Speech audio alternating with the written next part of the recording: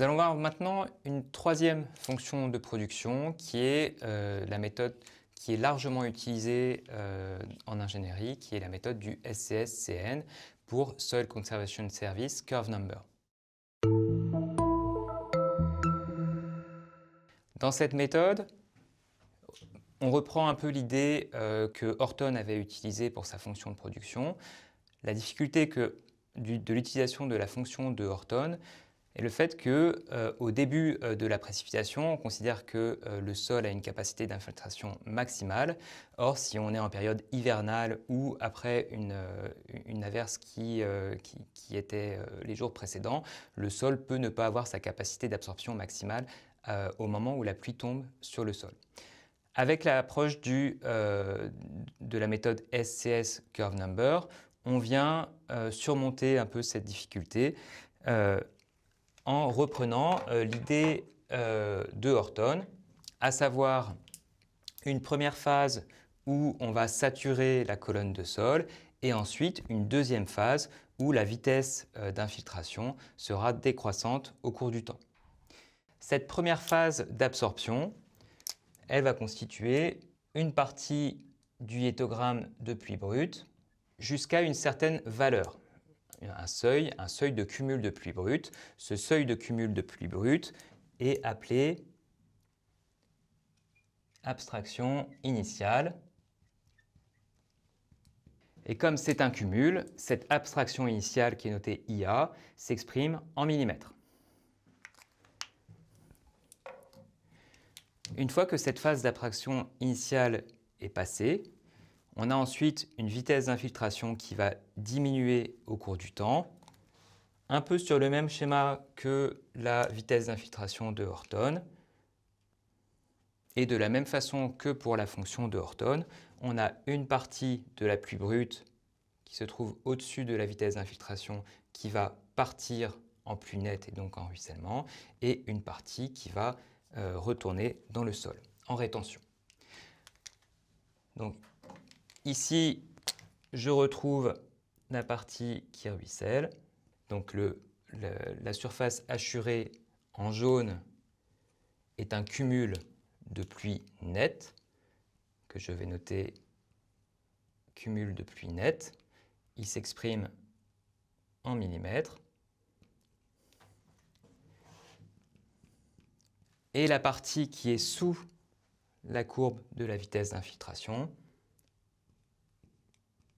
est notée grand F. En cumul, ce sont des millimètres. Et ce terme est appelé rétention dans la méthode du SCS Curve Number. On le voit, cette méthode est relativement complexe. Ce qui a fait sa popularité, c'est le fait que même si la méthode semble complexe, en fait, on peut utiliser cette méthode en utilisant uniquement un seul paramètre, qui est appelé le paramètre du Curve Number. Voyons maintenant comment, à partir de cette conceptualisation du ruissellement, on arrive à la mise en équation. La mise en équation de la méthode du SCS Curve Number passe par une égalité de ratio, une égalité entre le ratio du cumul de pluie nette divisé par le cumul de pluie brute moins l'abstraction initiale. Donc on se rend compte que ce terme-là est en fait correspond à la partie ici de rétention. Et donc l'hypothèse du SCS Curve Number, c'est que ce ratio-là est égal à la rétention divisée par une grandeur, grand S, qui est la capacité de stockage du bassin. Donc on a ici une première équation.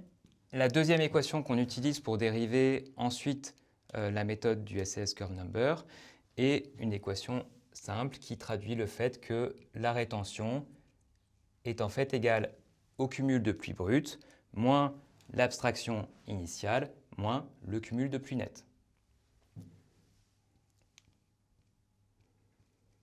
À partir de ces deux équations, on peut déterminer une expression du cumul de pluie nette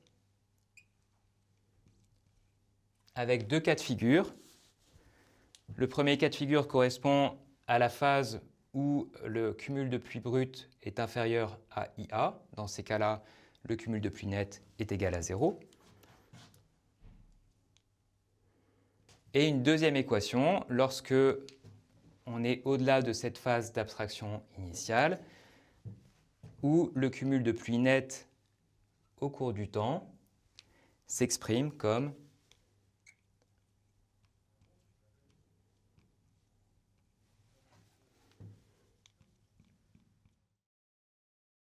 un ratio qui fait intervenir un cumul de pluie brute moins l'abstraction initiale au carré divisé par le même terme plus la capacité de stockage du bassin versant. Nous verrons par la suite comment on détermine cette capacité de stockage du bassin versant à partir des propriétés du bassin versant.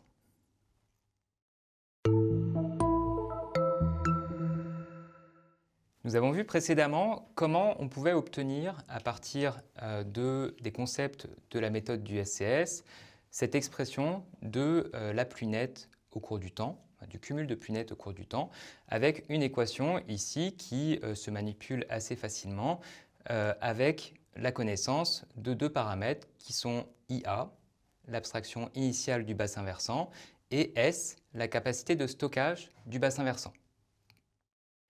Pour utiliser pratiquement cette formule du SCS, une première simplification est de considérer qu'on a une relation entre l'abstraction initiale et la capacité de stockage du bassin versant. Autrement dit, une expression qui relie IA à S. Donc l'expression qui est beaucoup utilisée, c'est de considérer que l'abstraction initiale est égale à alpha fois la capacité de stockage. Les valeurs de alpha que l'on trouve dans la littérature sont en général une valeur de alpha égale à 0,2 pour les milieux ruraux et une valeur de alpha beaucoup plus faible quand on est en milieu urbain.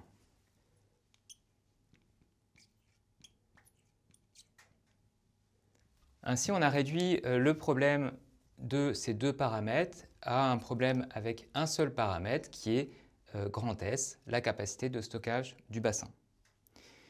Bien entendu, il faut déterminer ce paramètre S pour appliquer la formule du SCS Curve Number et il existe des tables qui permettent de déterminer S à partir de caractéristiques d'occupation du sol, de pente ou de type de sol sur le bassin versant. Avant de passer à ces tables qui existent, on n'utilise pas directement des tables qui relient S à ses propriétés du sol ou d'occupation du sol, mais on relie une variable qui s'appelle curve number qui va dépendre de S. L'expression, la relation entre S et le curve number est la suivante.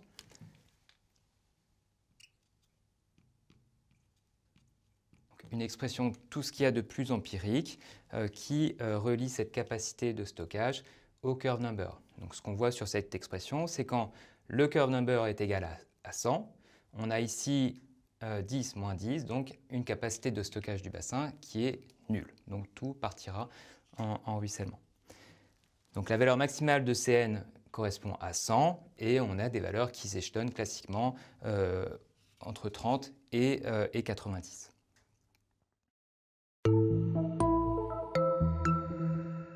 Effectuons une application numérique de cette méthode du SCS Curve Number avec une averse qui se discrétise dans le temps sous la forme du tableau qui est présenté ici, avec une précipitation qui est maximale entre les pas de temps 4 et le pas de temps 5. À partir de cette chronique de pluie brute, on a besoin dans l'équation du SCS de déterminer un cumul de pluie brute. Donc le cumul de pluie brute se calcule simplement en cumulant la pluie au cours du temps.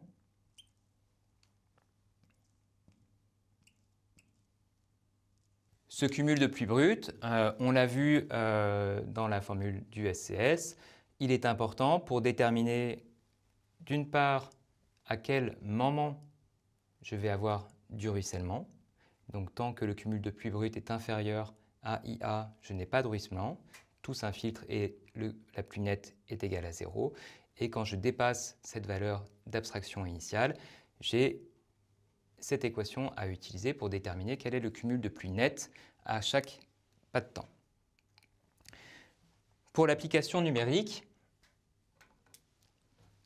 nous allons considérer un paramètre de curve number, Cn, égal à 75. Encore une fois, il existe des tables qui permettent de déterminer cette valeur de curve number lorsqu'on n'a pas d'observation de débit pour les caler de façon plus empirique. Donc cette valeur de 75 correspond à un bassin versant qui a un sol qui retient assez peu l'eau et donc avec une partie de pluie nette qui va être importante par rapport à la pluie brute. Cette valeur de curve number permet de déterminer la valeur de la capacité de stockage du bassin versant en utilisant cette équation.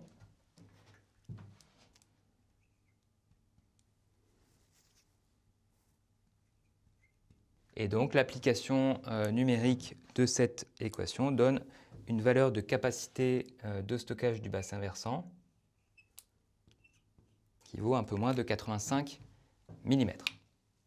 Considérons que le bassin versant est dans un milieu rural. Donc à partir de cette valeur de S, je peux déterminer la valeur de l'abstraction initiale IA qui va être égale à alpha fois S, alpha étant égal à 0,2 car je considère qu'on est en milieu rural.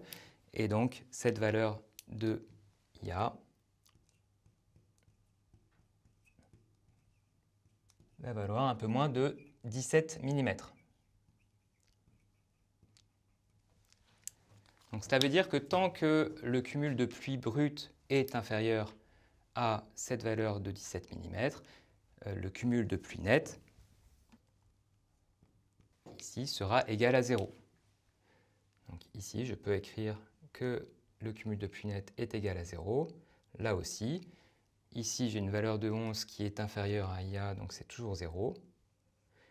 Et donc à partir du pas de temps, entre le pas de temps 3 et le pas de temps 4, ici je vais avoir un début de ruissellement, donc un cumul de pluie nette qui sera supérieur à 0. Pour déterminer quelle est la valeur du cumul de pluie nette, j'utilise cette équation. Donc nous allons pour l'exemple présenter le résultat pour ce pas de temps-là. Donc ici, je cherche le cumul de pluie nette à l'instant 4, donc est égal à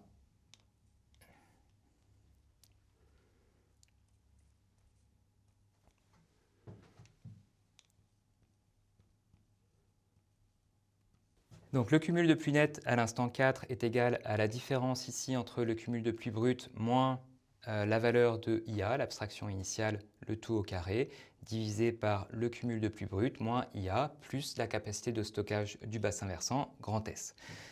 Le résultat de l'application numérique de cette équation donne une valeur de coefficient, une valeur de cumul de pluie nette qui est égale à 0,2.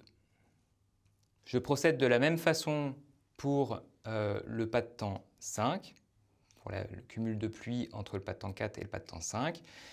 J'ai ici une valeur de cumul de pluie qui va être changée. La valeur de IA et la valeur de S ne changent pas. Et la valeur que j'obtiens après application numérique est de 2,6, 4,2 et 4,6.